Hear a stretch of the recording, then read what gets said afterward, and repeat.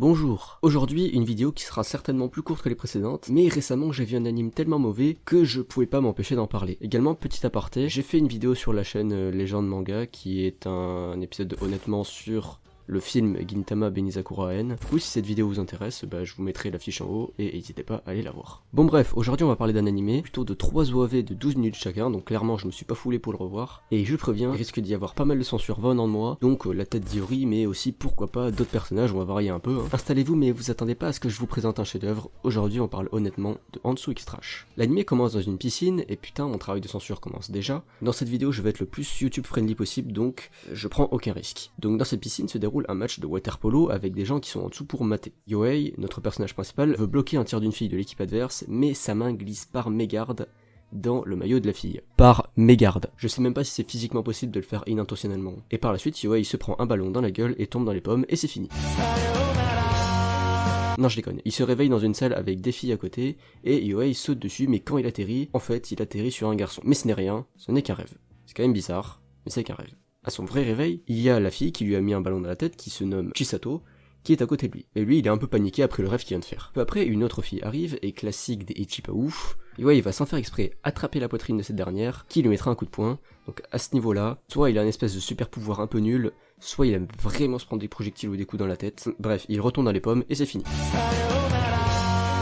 Bon, je vais arrêter cette blague, il refait un rêve que je ne peux pas décemment vous montrer, et ce rêve se termine comme le dernier, avec un gars chelou qui remplace sa fille là. Bon, à son réveil, l'infirmière est à ses côtés, et ok, bon, faut que je trouve une transition parce que là je peux pas vous montrer. Tiens, pourquoi pas ça? À la fin de ce passage, ouais, il veut s'en aller parce qu'il est un peu en train de se faire agresser là, mais il glisse et retombe dans les pommes, et c'est fini. Désolé. Et enfin, son dernier réveil, il peut avoir une discussion calme avec la fille qu'il aime, c'est-à-dire Chisato, qui lui a quand même envoyé un ballon dans la gueule tout à l'heure.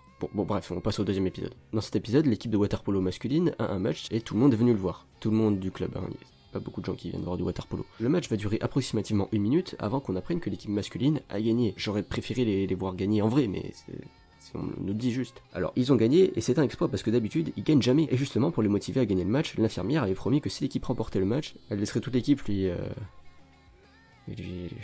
toucher les seins pendant 3 secondes. Bon fin de l'épisode, et ouais, il y avait pas grand chose. Bon, dans cet ultime épisode, l'équipe de waterpolo va suivre un entraînement intensif, parce qu'ils sont beaucoup trop nuls. C'est pas dit comme ça, mais c'est ce que je pense. Au programme de ce camp d'entraînement, on retrouve des trucs classiques d'animes de sport, comme une séance de voyeurisme quand les filles prennent leur bain. Ah ouais non, ça je connaissais pas dans les animes de sport. Tout ça évidemment, encadré par le coach.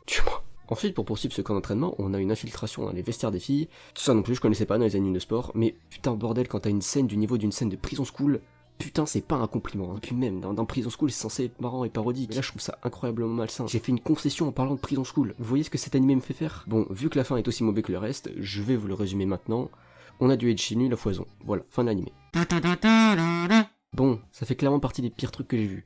Au moins faut le reconnaître, ça dure une 30aine de minutes au total. Donc tu souffres, mais pas longtemps. Je trouve vraiment aucune qualité à ce truc. Alors est-ce l'adaptation qui a mis que les trucs ecchi à mort dans les OAV? Est-ce que c'est toujours comme ça dans le manga? Je sais pas, mais en tout cas j'ai pas spécialement envie d'aller vérifier. Franchement on voit pas mal de vidéos sur YouTube présentant les pires animés que les gens ont vus. Et moi je me dis que vu ma tête de liste, putain il y en a qui ont plus de chance que moi. Et puis il y en a qui ont beaucoup moins de chance aussi. Bon bref, l'anime est vraiment mauvais, les personnages vont de horrible à moyen, et l'histoire...